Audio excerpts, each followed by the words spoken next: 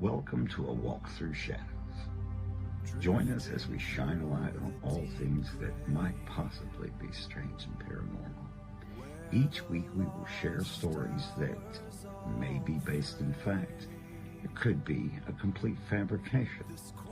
But as always, we will discuss each of these in depth and why they matter to us. Hello. Thank you for joining us on this walk through the shadows. I'm your host, Charlie Romans, and as always, I'm joined by my wonderful co-host, Samantha Romans. And tonight we're going to be talking about containing spirits.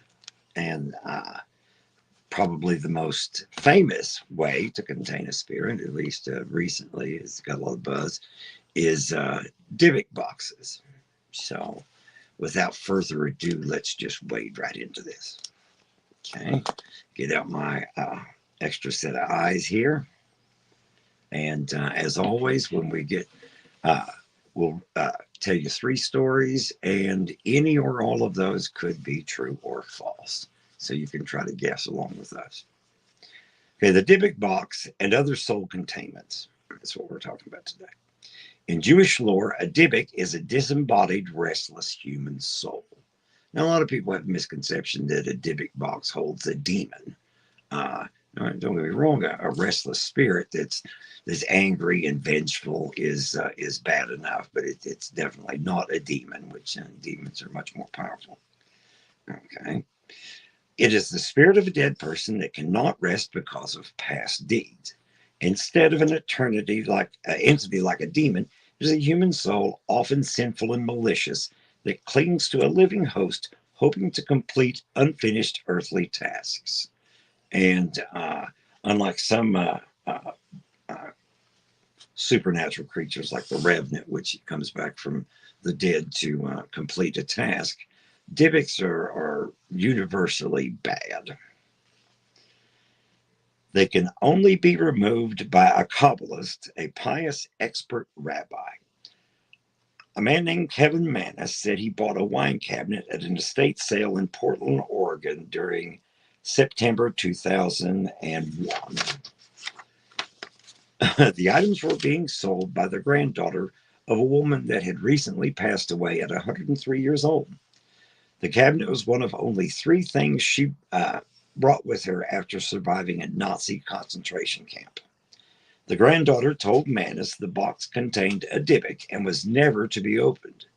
She also said her grandmother wanted it buried with her, but since it wasn't in line with an Orthodox Jewish burial, the request was denied. Possibly everyone would have been a lot better off if they'd allowed her final wish. Manis took it to his furniture repair shop and placed it in the basement. Soon after, he left to do some errands. His employee called to tell him someone was in the basement. She heard glass breaking and things being thrown.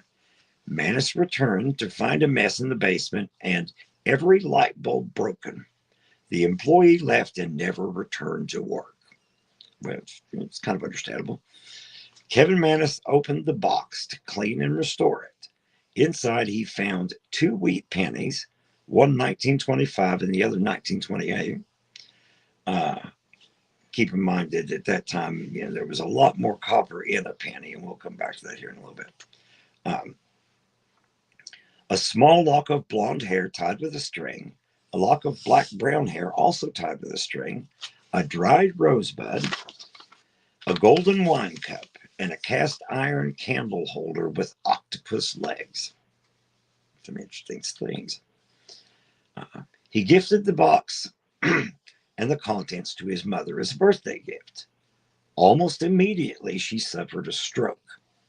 He took it to his home, and his house became filled with the smell of cat urine, and everyone began having vivid nightmares.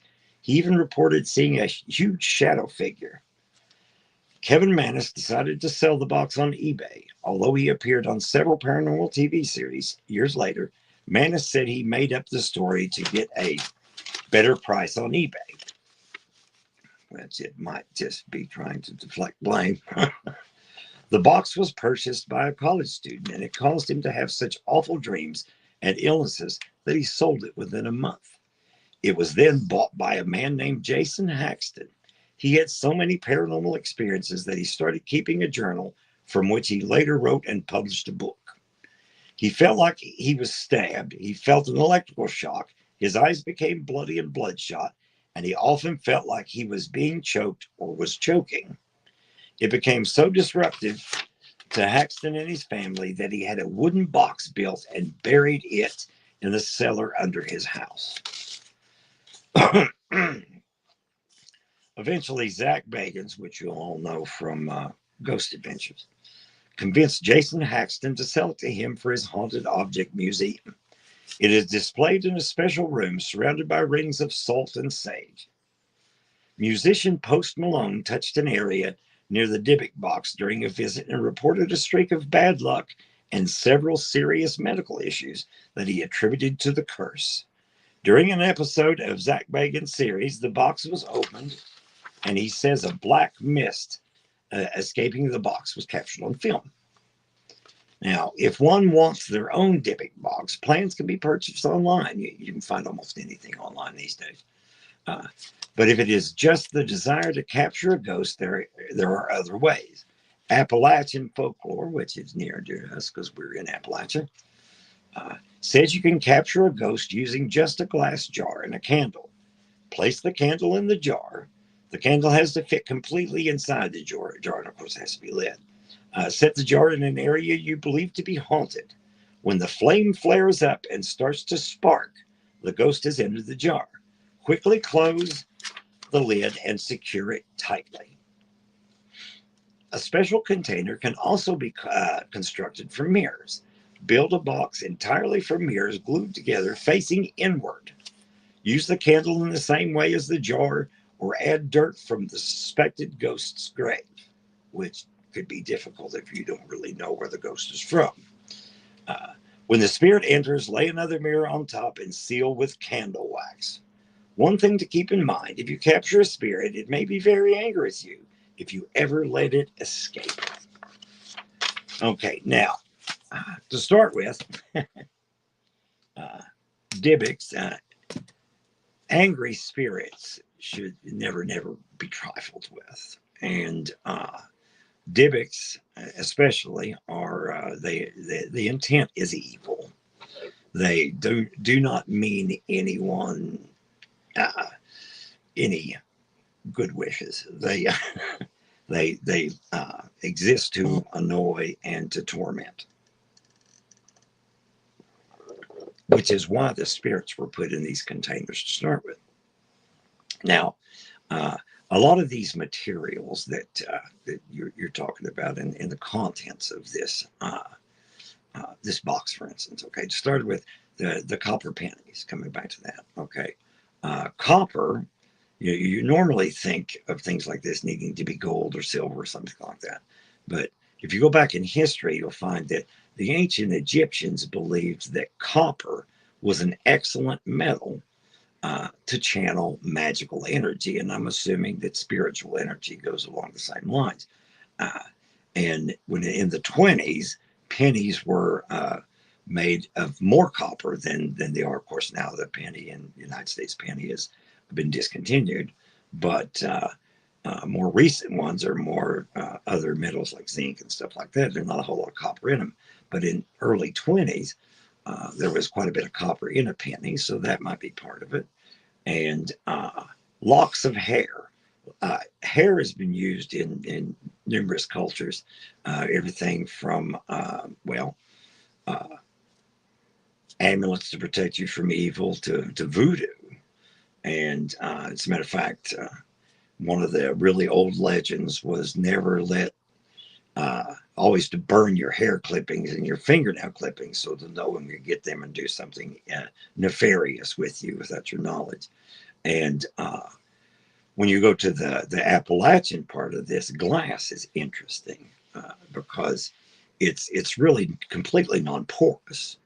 So ideally, if you could get energy into glass and the energy wasn't strong enough to shatter the glass, then seal it off and it would contain it forever.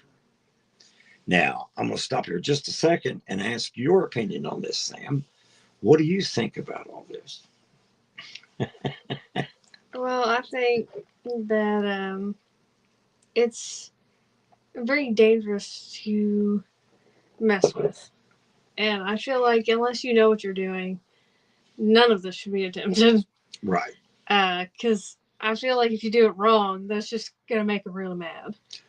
Right. So Well, and I refer back to you talk about if you do it wrong, make them mad. A couple things here. Uh, on the one episode of my podcast, Shadows of Legend, I spoke with this amazing lady, Sandra Mosses, and she has experiencing these kind of things. And she was talking in this particular instance about when you have an infestation, just going around with sage isn't really going to do much because if you don't do enough to banish the spirit, then all you've really accomplished is making it mad. And I was talking to a friend of mine just today, and we're discussing this episode here. And I told him, I said, it's interesting. You look back in history, we're just getting the shadows of shadows of shadows, and it's all been diluted. We don't really have. I mean, I'm old, but I'm not that old.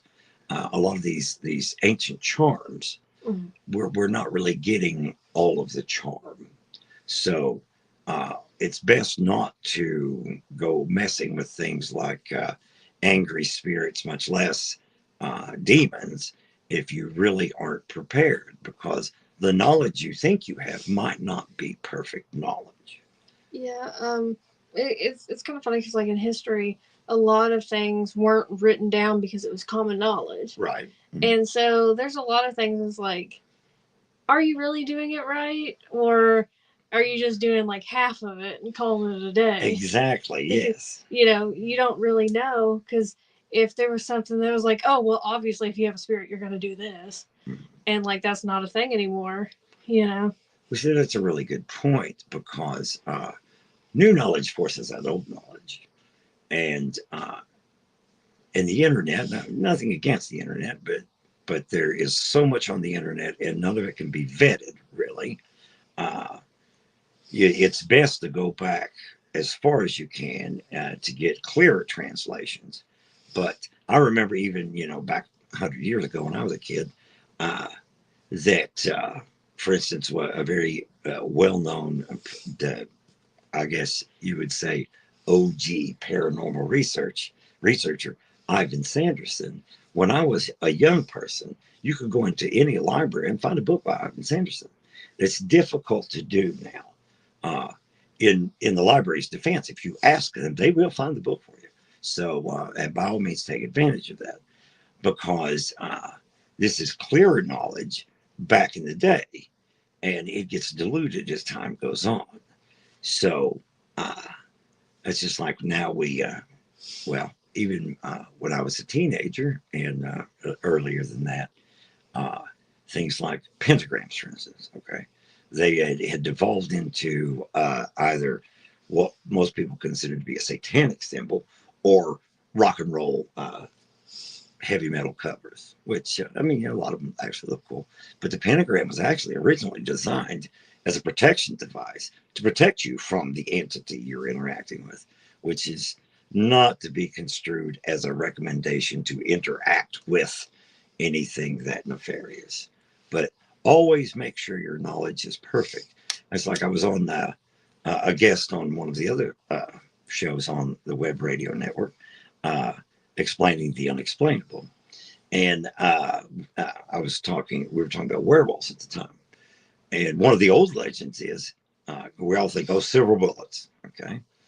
But one of the older legends was a bullet blessed by a priest could kill a werewolf. Now, talking about, we mentioned copper being a conduit for magical energy. I would I would be more inclined to bet my life on a bullet blessed by Bishop Joshua Sparks than I would a bullet made out of copper. Because okay, but at any rate, I digress, and we want to come back to it here. So right now, we're going to share some stories. Okay, story number one. My ex friend made a Dybbuk box type thing, and she linked it to a doll. So whatever was inside the box could move the doll as well. She brought it to school once and showed me and my friends. We each held the doll near the box, and the thing moved on its own. It sent a static shock up a couple of my friend's arms. Then she asked the box a question. Inside was a few pebbles and a big crystal. Sitting on a table, it would tap once for yes and twice for no. We each asked the question. If that wasn't enough, her hair started to move as if someone was pulling it up. She had a breakdown and finally opened the box and let whatever was inside leave. Moral of the story is, don't make stuff like this unless you know how to handle it. It reminds me of, well, being a little flippant here, the movie Jungle Book, okay, where Baloo is holding the tiger back so that Mowgli can get away. And then when Mowgli gets away, the buzzards say, you can let go, he's safe. And Baloo says, are you kidding? There's teeth on the other end. So there may not be a neat dismount once you get started. So you really have to exercise a lot of judgment before you begin to do anything this, we'll say, drastic. My boyfriend and I, story number 2, my boyfriend and I were at the lake swimming with our friends. By a sandbar, he found a glass jar with a rusty metal lid. When he showed me the jar, I noticed the pretty rock inside, and I had to have it. The lid was so rusted it wouldn't open, so we broke the jar in the trash can, and we picked through to find our treasures. There was the rock, an old penny, and a candle stub. It took the rock.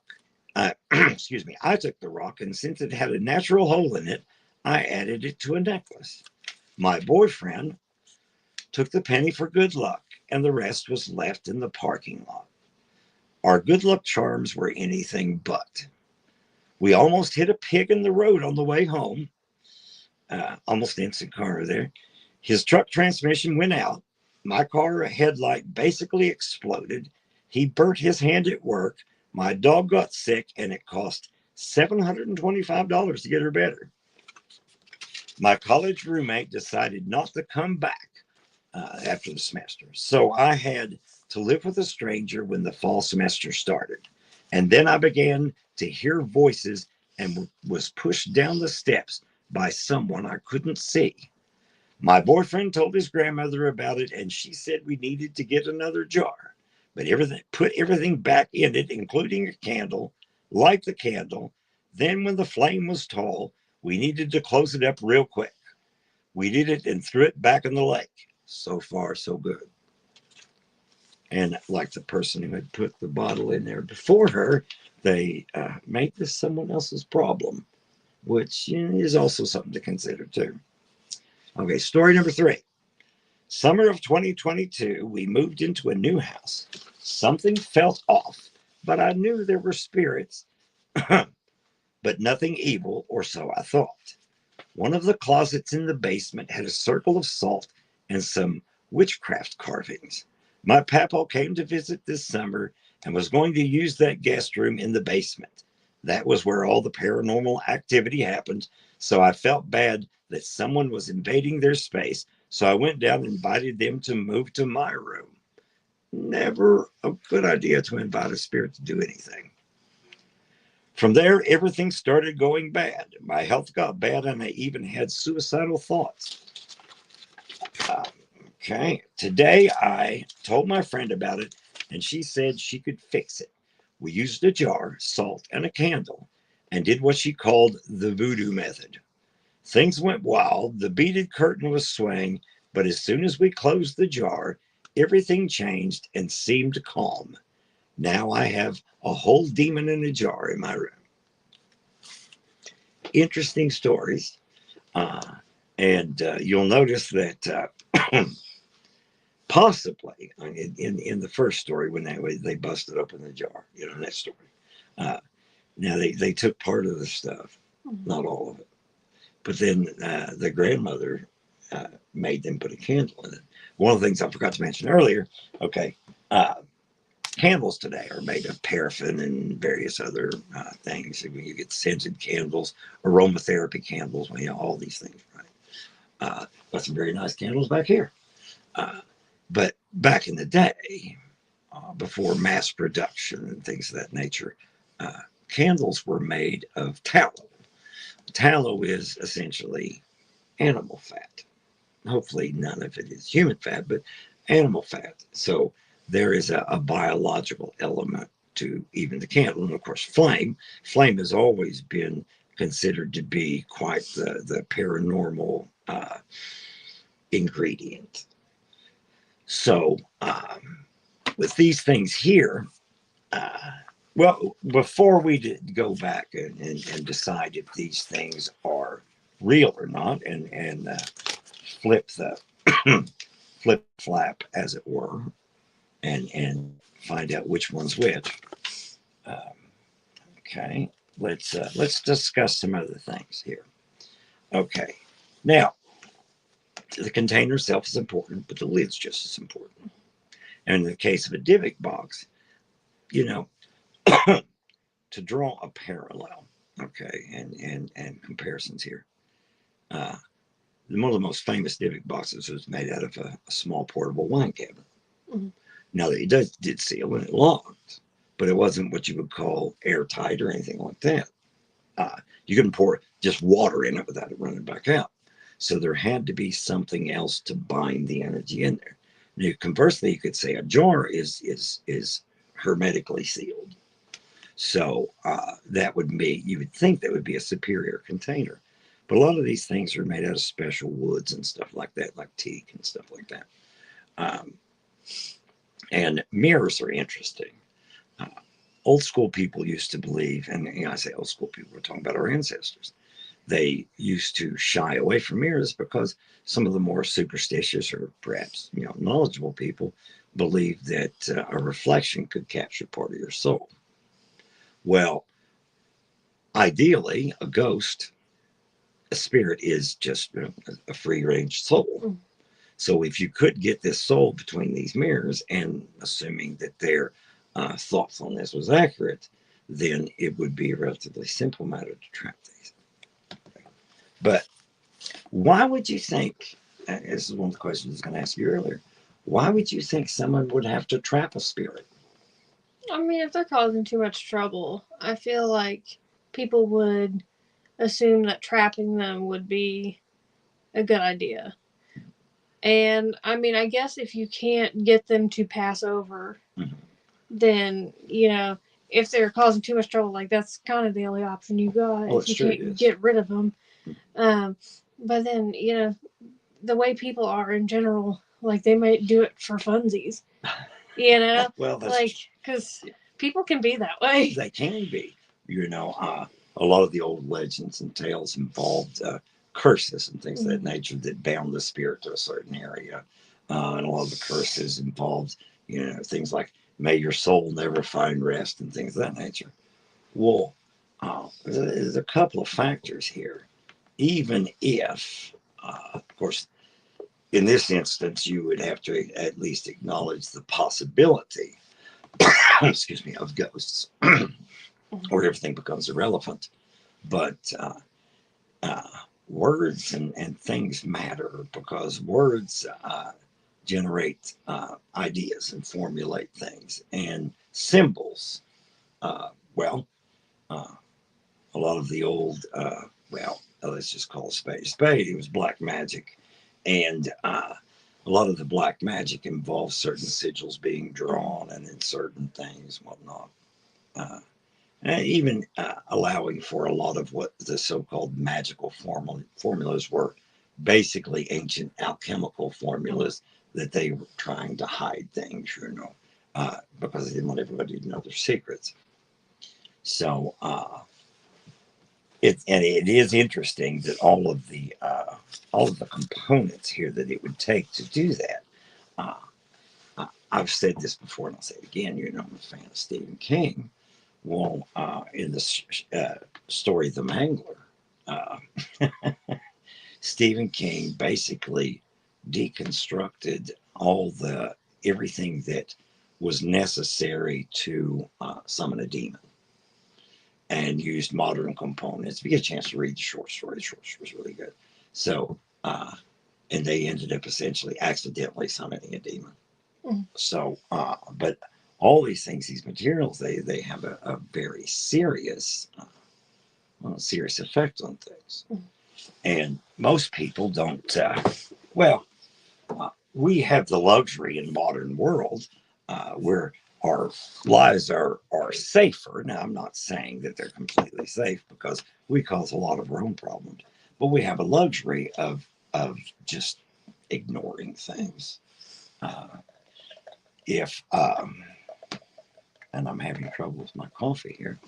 If we can not but choose not to believe in ghosts, and the chances of us encountering a ghost are actually low. And even if we had the ability to perceive them. I don't know. For chances being low, I sure hear about a lot of places being haunted.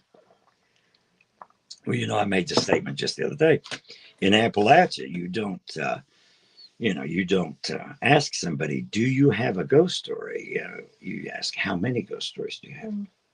And I get tickled. A friend of mine who, not uh, Bishop Sparks, but another friend of mine who had a doctorate of divinity, I asked him what his opinion was on the paranormal, and he said, "Well, now the company line, meaning the church, is that ghosts aren't real. But let me tell you what happened to me." So even he had a ghost story, and we have no way to measure the energy, so uh, we don't know where it goes. We have no, I guess you could say, scientific empirical proof. A lot of things having to be taken on faith, and you can choose to ignore things you have no proof of. I don't know. I feel like I have a ghost, but I don't think I would ever try to trap it. You know what I mean? I feel like that would just be mean. Well, I believe so too. But now, uh, containment of a violent spirit Hmm. might actually be necessary. Oh, thankfully, I don't think mine's violent. So Well, no, probably not. Uh, yours is a possum, maybe one of them. I do see something little run across the house, and like not a mouse, like Right. dog size. Like small dog, obviously, not like huge dog, but about the size of like a small dog or a cat or something. And my dogs are like, what, what? Well, it's interesting that when and I'm coming back to the whole granny thing.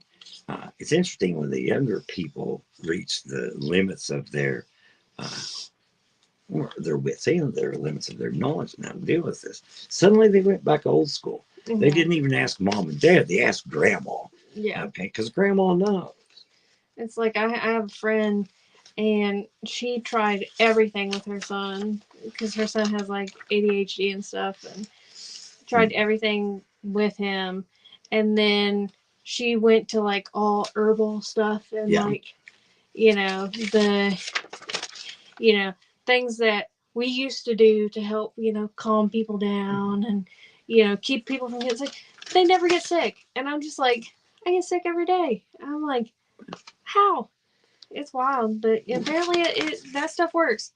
Well, as I said before, new knowledge forces out old knowledge, whether or not it's true.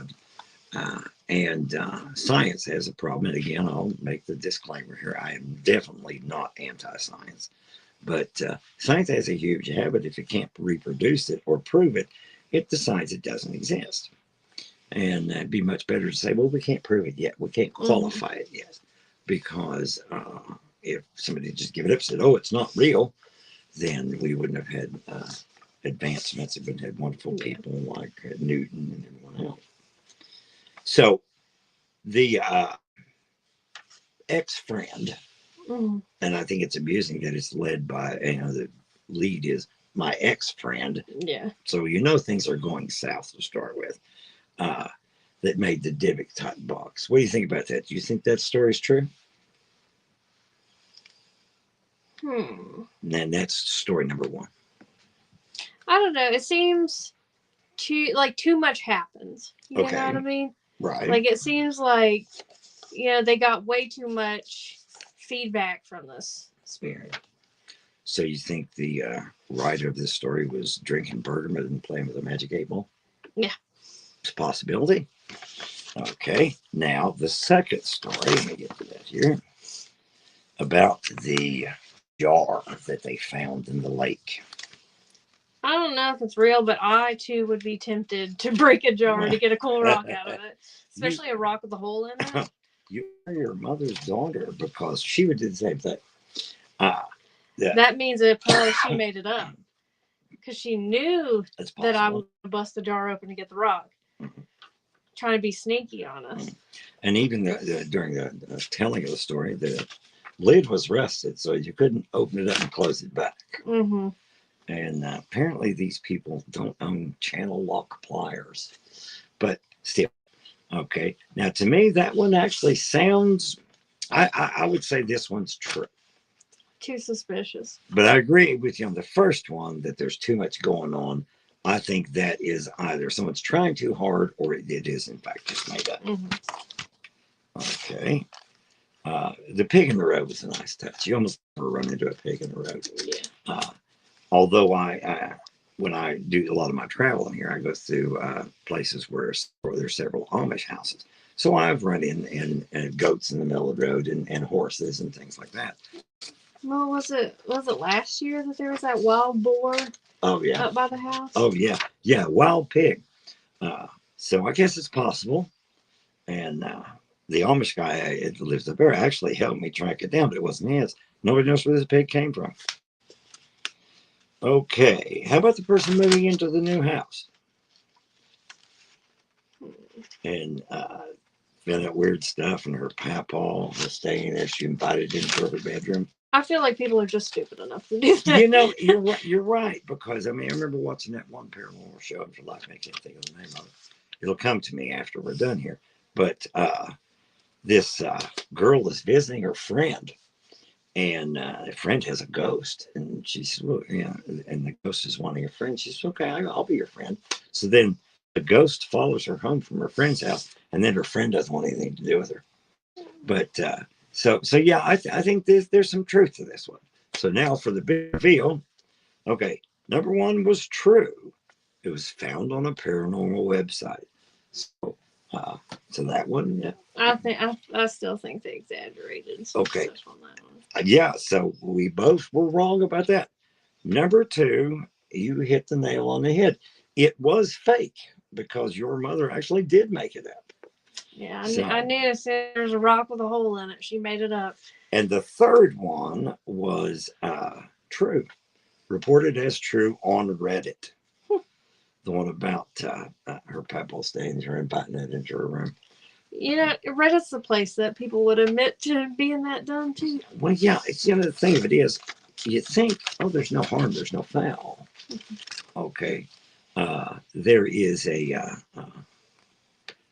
you got to be careful about things you get at estate sales and things like that. I don't know if there's a creepy salt ring in my basement. I'm just sealing off that basement and not going down there. Yeah, I'm gonna go get some saline solution holes down the walls too. Yeah.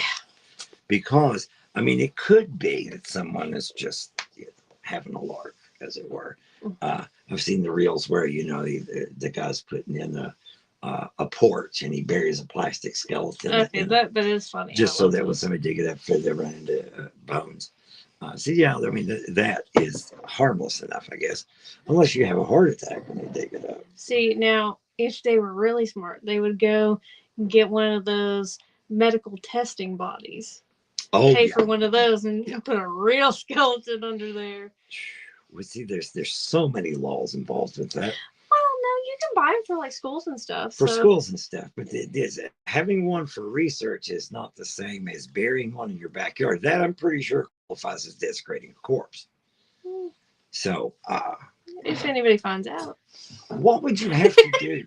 And this is I think a valid question. What would have to be going on in your life?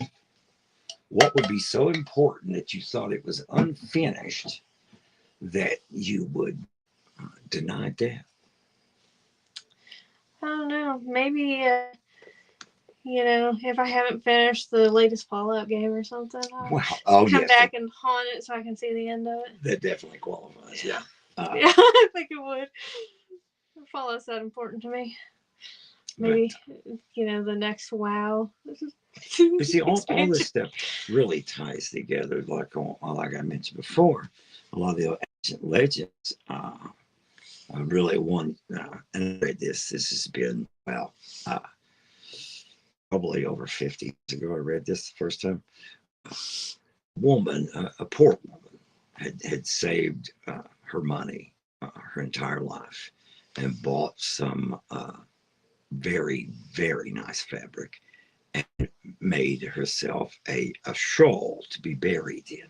Mm-hmm. And very fine and everything. Well, when she passed away, her friend, who was supposed to care for her and see that her last wishes were followed, decided that that was too fine a shawl to be buried with a dead body.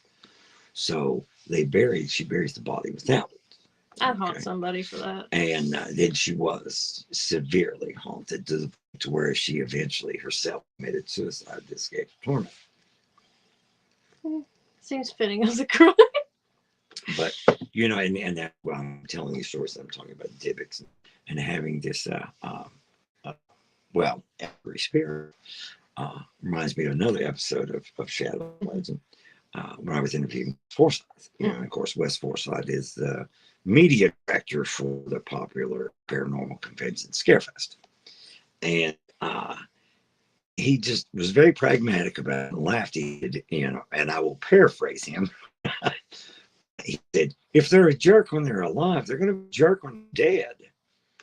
So it's possible that these Dybbuk, these spirits, were hateful and hurtful when they were living. And once they passed away and didn't cross over, then this hateful energy just became magnified and tormented the living. And with kind of reminds me about a line from the movie Tombstone, where Doc Holliday is describing uh, Johnny Ringo's motivation to Light Earth. He said, some people can't steal enough, hurt enough, or kill enough. And essentially, why I asked him, because why? He said, revenge. And he said, revenge for what? He's for being born. So sometimes I guess the spirit, who knows where, the causative sources here, becomes so hateful and twisted that they want to continue that after they pass away. And I think too, like they could also be like scared, confused, and like when you're scared or hurt, you lash out. This is true. So I mean, like if you are confused and scared and don't really know what happened to you, you're going to be a lot more angry than someone that passed peacefully, that knows where they are and knows like, oh, I'm now a ghost and stuff. That's a very generous explanation, and the possibility exists, yes, because some people are scared of life and they're equally scared of death, so that makes them make questionable choices. Mm-hmm. But there's a lot of different ways. I mean, that a person can deal with these things. And as I mentioned there when I was reading that the internet will give you plans, okay? But I would recommend, if you're going to study something, try to go back as close to the original source material as possible, because if nothing else, it's less diluted. A funny example of this would be Michael Keaton was in a movie called Multiplicity, where he figured out how to clone himself. Well, then suddenly the clones start making clones. And one of the clones is really deficient. And Michael Keaton's like, what happened? And the other clones explain to me, you know how sometimes when you make a copy of a copy of a copy and it doesn't really come out clear? Well, see, that's the way a lot of this knowledge is. We're thousands of years away from, I guess you could call it the Genesis point. It's just like King Solomon, for instance. All right. Solomon, of course, is a biblical figure, but he's a very interesting historical figure as well. And a lot of things are attributed to him, like, uh, well, the popular movie Aladdin, the uh, genie in a bottle. Well, the person who was purported to have sealed all those genies and bottles and various other things was, in fact, King Solomon. So it is interesting, uh, and I'm sure he. Well, you can't call him up and ask him how to do it, Yeah. but these things are preserved a lot of times through oral tradition, things of that nature.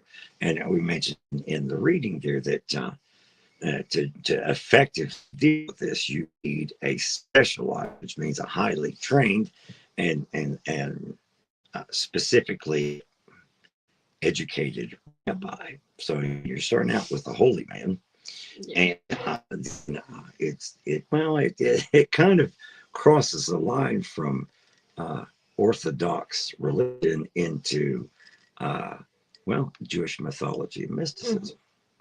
Now, some things, some haunted objects uh, aren't haunted because they want to be. I'm sure no Dybbuk wants to be in their box. Yeah. But then you have some things, I mean, and again, it's up to the individual to decide how much credence they put in this. But take, for instance, Robert the doll. Mm-hmm. Okay? There's something possessing this really old doll. Mm-hmm.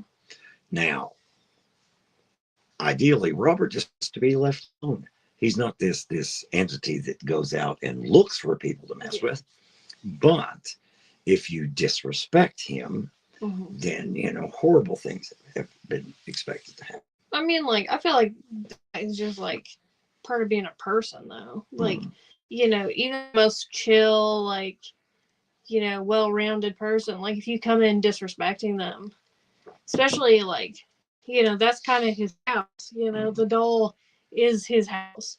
So if you're disrespecting this doll, you're basically disrespecting somebody in their house. Yeah, And, you know, nobody's going to take kindly to that, And if, a normal person might punch somebody in the face for being a jerk in their house, a ghost obviously can't just punch somebody in the face, but they might make, whatever happen because they can. Another thing too, I wanted to ask you.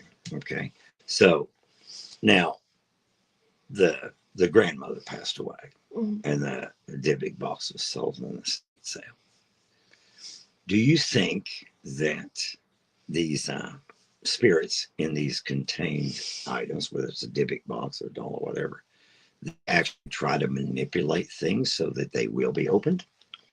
I mean, maybe. Because, like, if you're not wanting to be in that container, like, if, there's a possibility of you convincing something to open it, even if it's just, luring somebody that would be curious enough, to open it.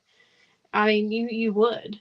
You see, personally, I think all of these items should contain a recording of Samuel L. Jackson definitively telling you not to mess with it. That might do it. But see, people can't leave things alone. We say, and I used to make the joke, if you say, don't look, the first thing people do is turn around and look. And I've tested this on numerous occasions, and I've never been disappointed. But ideally, if you tell somebody not to look, they'll just take your word and not look. But they have to do the exact opposite. Yeah, I mean, you're curious, like, ooh, what should I not look at, Oh, exactly, yeah. So it could be an instance where these entities feed on human curiosity. I mean, there's the whole curiosity killed the cat, That is the whole thing, like, right. Ooh, maybe. And most people are hoping for the second part of that, is satisfaction brought it back. But they typically, in the case of Dybbuk boxes and other haunted items, that doesn't happen. Yeah, you just get that first half. Oh yeah, and it puts me in the mind of the Greek myth, legend, whatever you want to call it, of Pandora. Pandora is gifted this beautiful box. It's just the most beautiful thing she's ever seen, and the one rule was don't open it. Well, it was intended to be a trap because they gifted it to her knowing she would open it. Mm-hmm. And of course she did. And that's how the ancient Greeks explained all the maladies that afflict the human race. The only one she managed to put back in the box was the final foreboding. So, as a blessing, most people don't know the hour and day of their death. That would drive you crazy. It would. Or But, maybe it would make your life better. You know, if you knew exactly when you were going to die, you could do whatever you wanted for the rest of your life because you know, well, I'm well, not going to die then. possibly. But I would go more along the lines of the first one. It would always haunt you. You'd never think you had enough time. And every moment you would be running out of time. And you'd be bouncing around like a ping pong ball trying to do the most important thing uh, or find the most important thing. Now, another thing, too, as far as, don't release these things, well, they were put in there just for a reason. And the longer they're there, they're kind of like a crocodile. Crocodile's born mad and they just get worse the longer they live. So, uh, but in their defense, I know if you were to lock me in a room and I'm pretty sure the first person to open the door, if it wasn't you or your mother, is going to get popped in the face because I'm going to associate that person with me being in that room. Mm-hmm. And, I like to think I can control my temper, at least moderately. But yeah, over a period of time, and my God, this woman lived to be 103 years old. And we don't know how much time passed between the time of her death and the time this guy opens the box. And, or how long the box was actually closed. Well, I guess at earliest it could have been the 27. Yeah. So yeah, that's a lot of time to, yeah. Well, it would have to be after 1929 because the 1929 penny was in it. I was thinking So, 27 was the latest one. And that would be if you assume that they put a new penny in it. So it'd be that many years. Yeah. And that's a lot.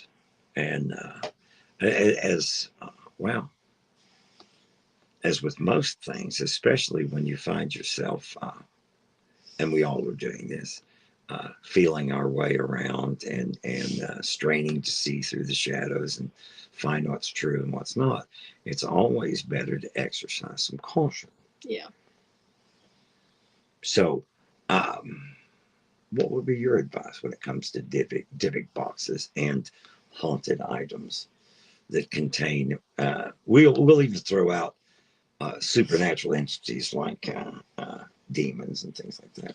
Maybe just don't mess with it. Like, you know, I know that's like cool to be like, oh, I have a haunted doll. Mhm. Like, whatever. But like, it seems like a bad idea, Yeah. Like, it just seems like you're just trying to get in trouble. Mm-hmm. Like, at that point, and like, if somebody tells you, hey, don't open this box, it's got like this evil spirit in it, like, maybe don't open it, Like, maybe just be like, yeah, I'm gonna leave that closed. Because, like, there is a chance that none of it is real. And, like, there is no such thing as, like, ghosts and angry spirits and all that. Like, if that's what you believe, whatever. But, like, if there's a chance, Mm-hmm. just maybe don't do it. It's like with Ouija boards. Like, I'm not sure that Ouija boards work, but I'm not going to go play with one. Mm-hmm. Because I don't want to get cursed, Like, Oh, there's that. Yes. So you would recommend caution regardless. Yeah. Okay. Now, of course, the problem is that when it's daylight, when there's other people around and the world is awake, things seem harmless. Yeah. So a lot of times people will like, oh yeah, I don't really believe in any of that. But then when the traffic slows down and the sun goes down and you're in your home alone, then you start thinking about these things. So never belittle anything in the light of day that you might be fearful of in the dark. And again, it comes back to respect.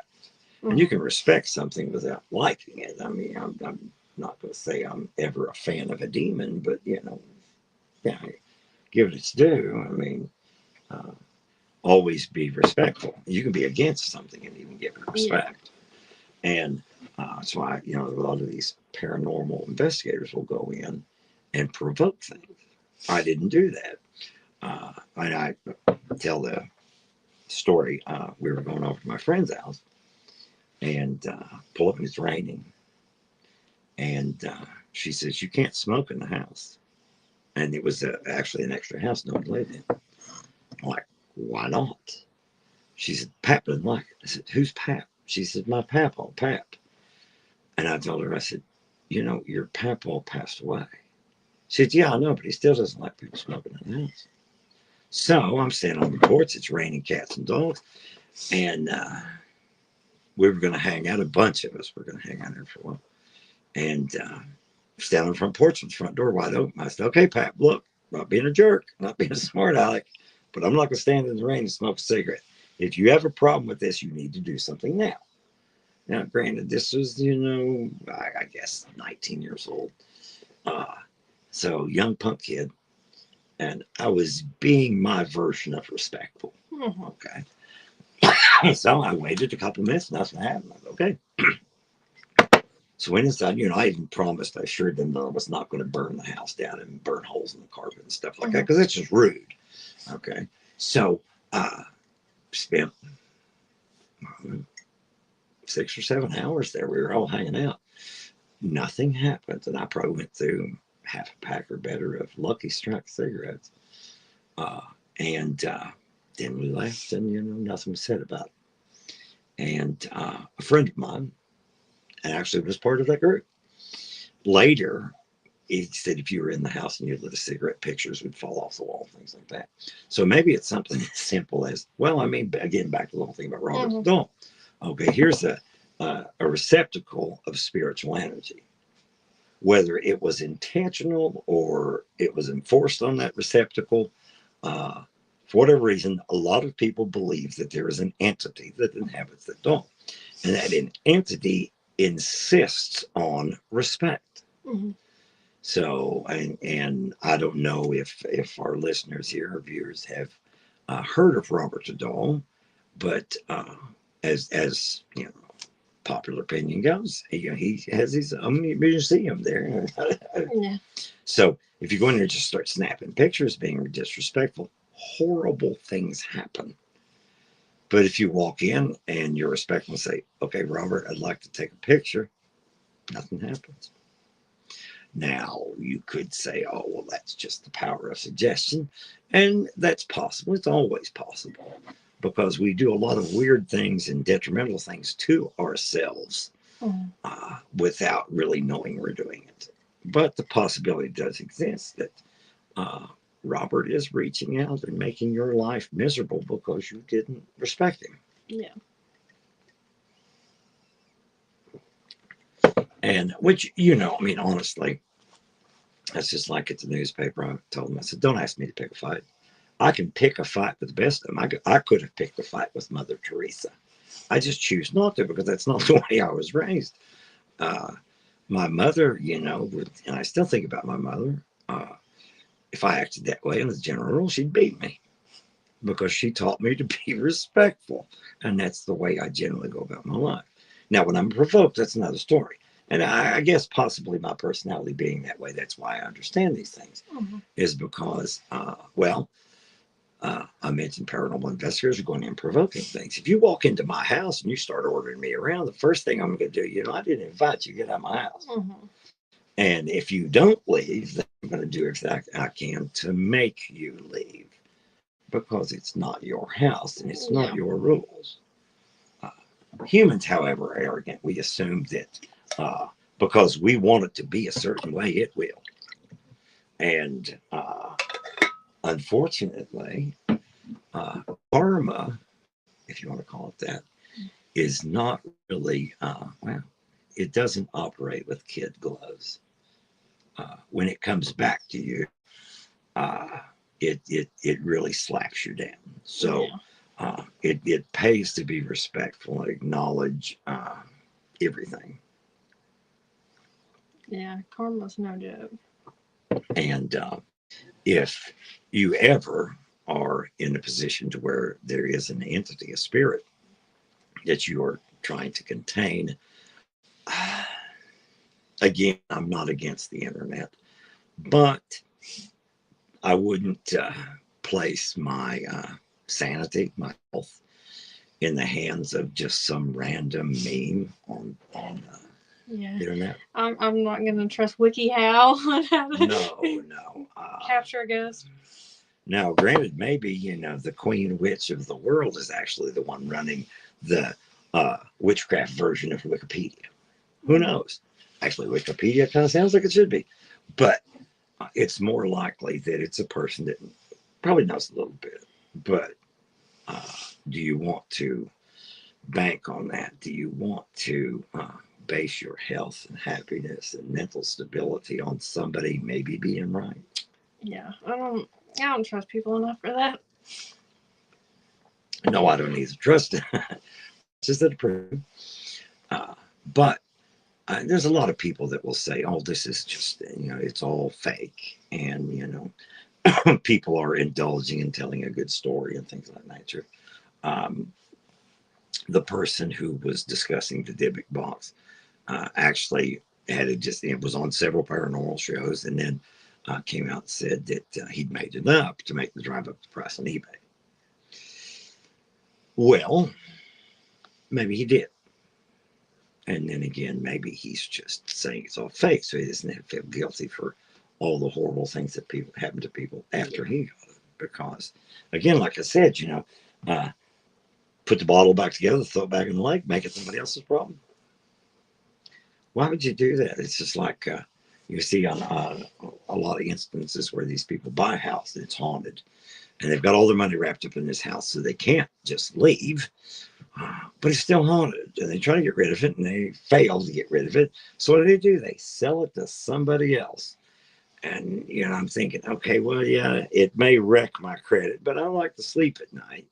And if I thought that this house, for instance, was infested with an entity that couldn't be banished, I'd burn it to the ground, salt the earth, pour vinegar, whatever it took, and make sure no one ever lived here. Yeah. And then 30 years down the road, there'll be a developer pop up and he'll put like a kindergarten here or something. Yeah. Because that always happens because we don't learn.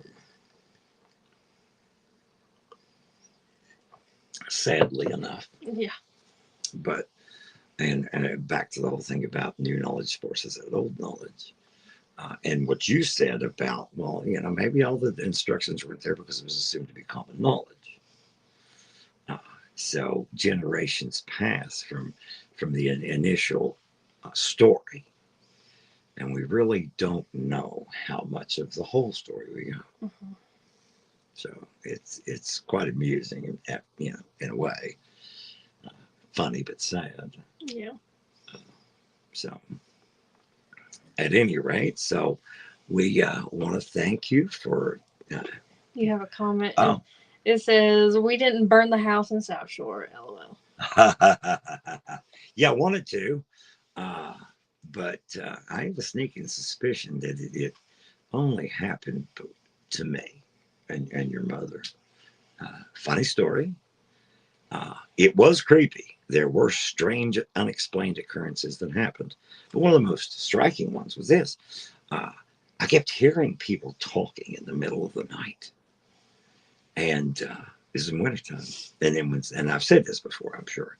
But when the weather warmed up and I could open the window and get some fresh air into the house, I was in there typing, doing stuff on the computer about 2 o'clock in the morning. And I hear this disembodied voice say, "You're clear on pump 3." And I was hearing the loudspeaker from the gas station close to the home.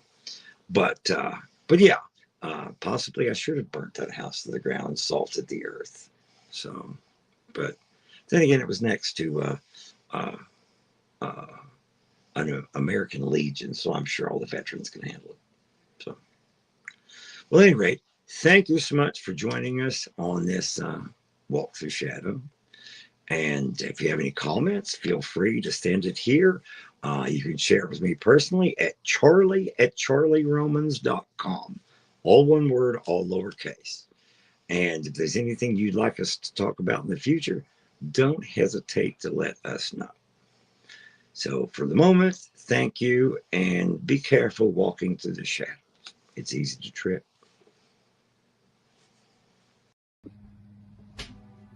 Thank you for being our companion on this week's walk through the shadows.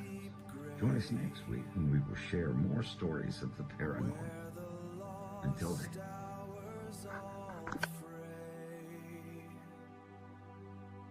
This quiet path is all